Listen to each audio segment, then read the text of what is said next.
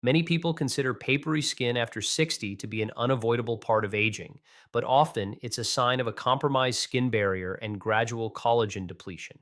The encouraging news is that this condition can often be improved, and today we'll demonstrate how.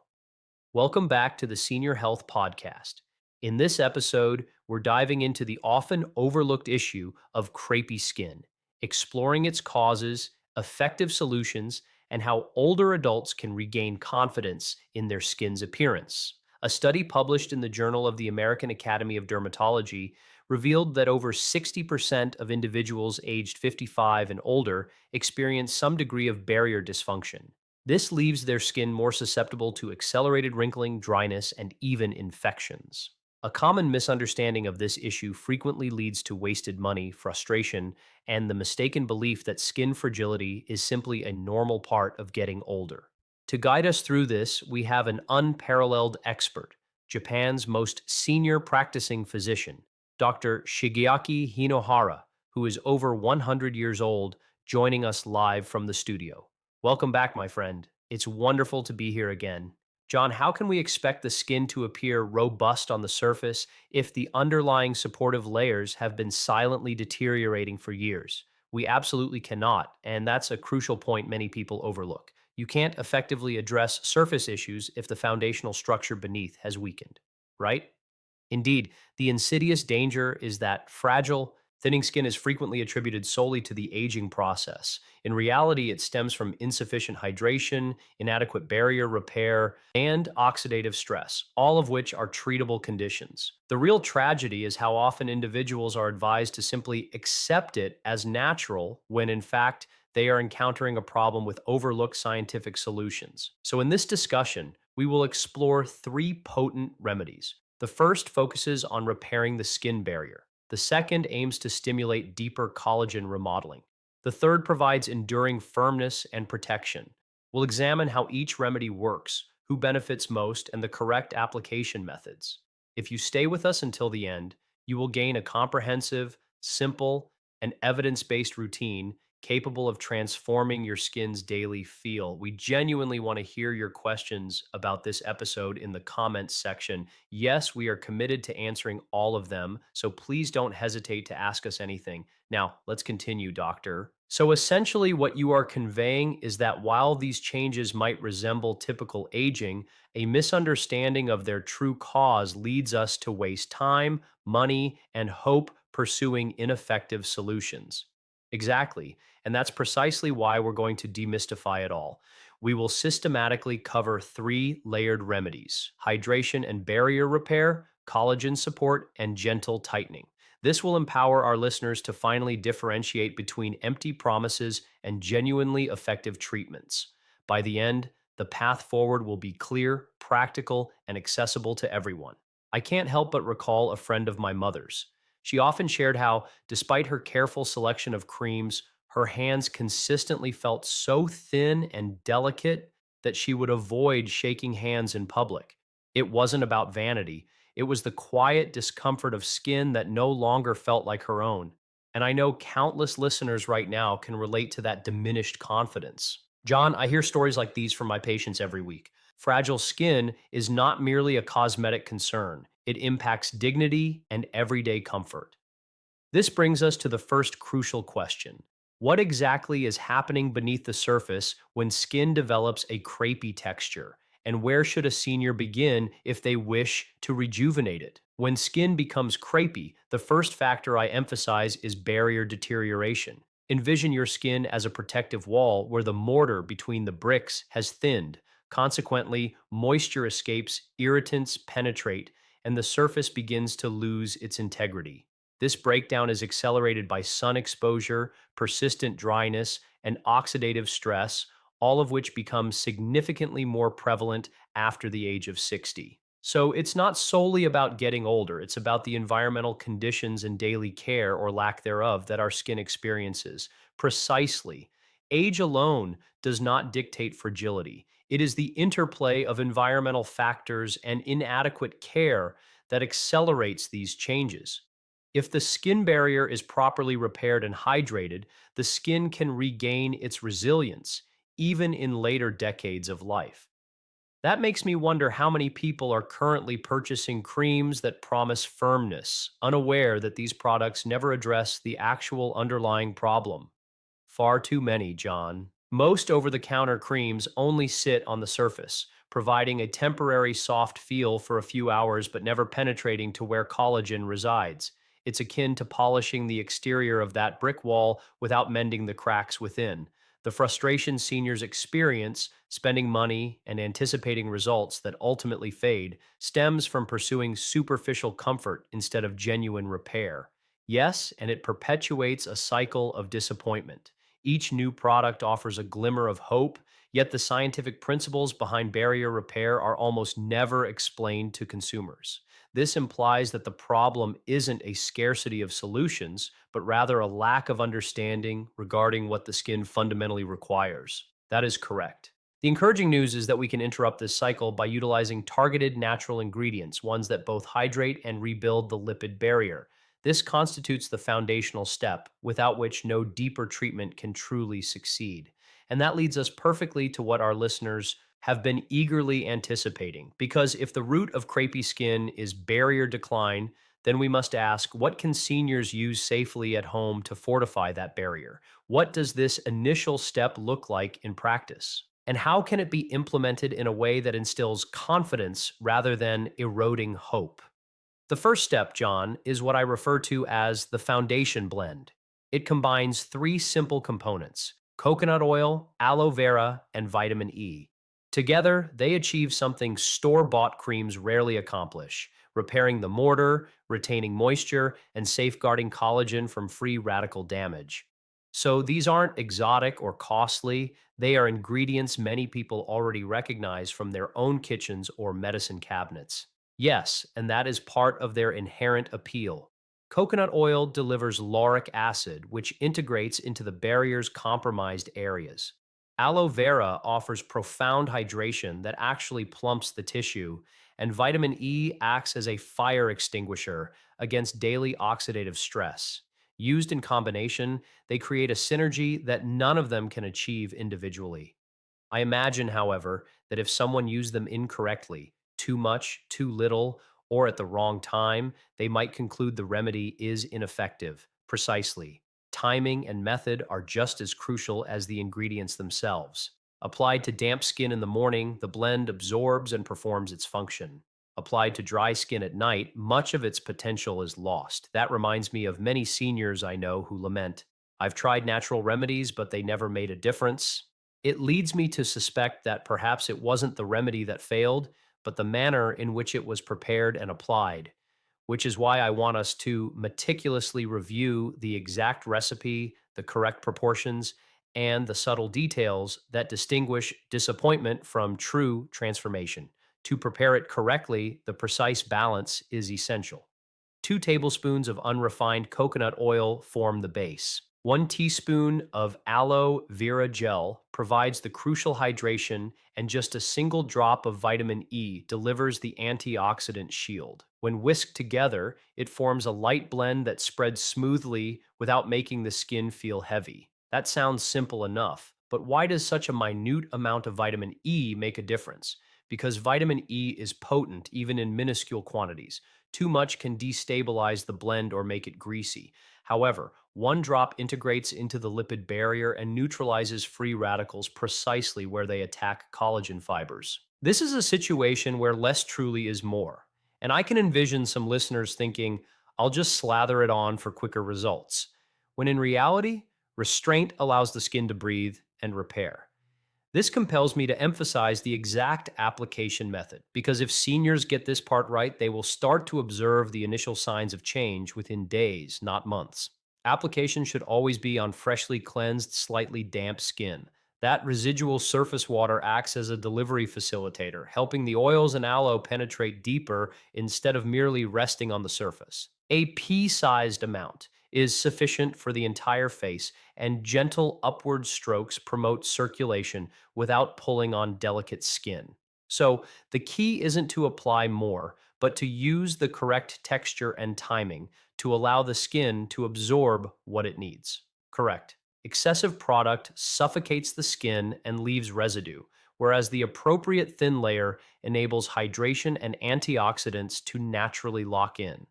Seniors with oilier skin can even adjust the ratio, more aloe, less coconut, to suit their specific needs. That's reassuring because it implies this isn't a rigid recipe, but a flexible foundation.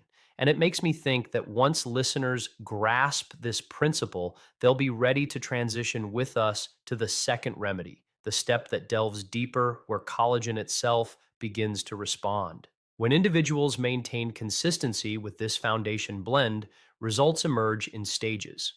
Within a few days, the skin feels noticeably softer. By the second week, fine lines appear less prominent. And by the fourth week, a visible glow often indicates the protective work of vitamin E. These are not instantaneous miracles, but steady indicators that the barrier is mending and moisture is being retained where it belongs. So, what you're saying is that the timeline itself serves as part of the evidence. It's the body gradually rebuilding, not a superficial trick that vanishes the next morning. That is correct. Genuine change occurs when the skin repairs itself from the inside out, a process that takes weeks, not mere hours. The error lies in expecting instant transformation and abandoning the practice before the biological processes have had sufficient time to respond. And that makes me realize how many seniors forgo what could have been a life changing improvement simply because they didn't understand what progress should look like. Which is why I believe it's the perfect moment to move on to the next phase. Because once the barrier is repaired, the fundamental question becomes how do we revitalize the collagen network beneath it? To restore collagen, John, we turn to an often overlooked yet potent oil, castor oil. It contains ricinoleic acid, a fatty acid absent in coconut or olive oil, which penetrates deeper into the dermis where collagen fibers actually reside. This deep penetration allows it to stimulate fibroblasts, the very cells responsible for producing collagen, back into activity. So, this isn't just superficial smoothing, it's a method of signaling the skin to repair its own internal structure. Exactly. Castor oil is naturally thick and viscous, but when combined with coconut oil, it spreads smoothly and nourishes both the surface and deeper layers simultaneously. And by incorporating flaxseed gel, which is rich in omega 3s, we create hydration pillows within the skin's structure, filling and supporting areas that might otherwise collapse. That makes sense. And I can imagine a listener contemplating if collagen loss is a part of aging, is it truly possible to coax those cells back to life?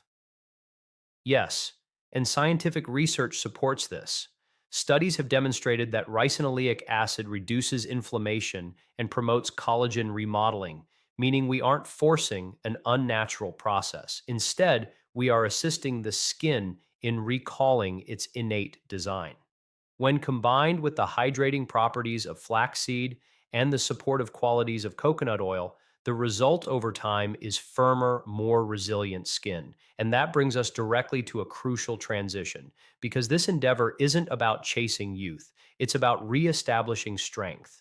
So seniors can feel comfortable revealing their arms, their hands, their faces without feeling the need to conceal them, which makes me want us to meticulously break down exactly how to prepare this collagen booster, when to use it, and what realistic changes listeners can anticipate week by week.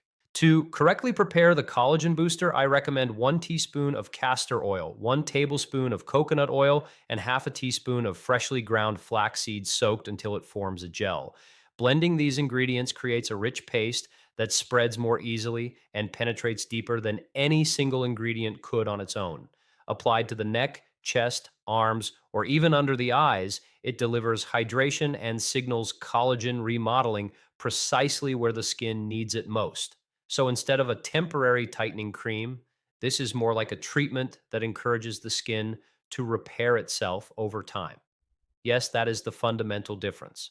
Commercial firming creams often rely on ingredients like caffeine or polymers that temporarily tighten the skin for a few hours, only for the effect to vanish after washing. The collagen booster operates from within, prompting your fibroblasts to perform the work they were designed for. And that explains why results unfold in stages. First hydration, then subtle thickening, and finally a return of strength over several weeks. It makes me think our listeners will want to know precisely how often to use it so they can approach the process with realism and patience. For frequency, I suggest using the collagen booster 2 or 3 times per week. Leave it on for approximately 15 to 20 minutes. Then rinse gently with warm water to prevent the oils and flaxseed from clogging pores. This rhythm provides your skin with sufficient stimulation for remodeling without overwhelming it. So, this isn't intended for daily use, but rather as a deeper treatment session a few times a week, almost like a mini treatment. Exactly, John.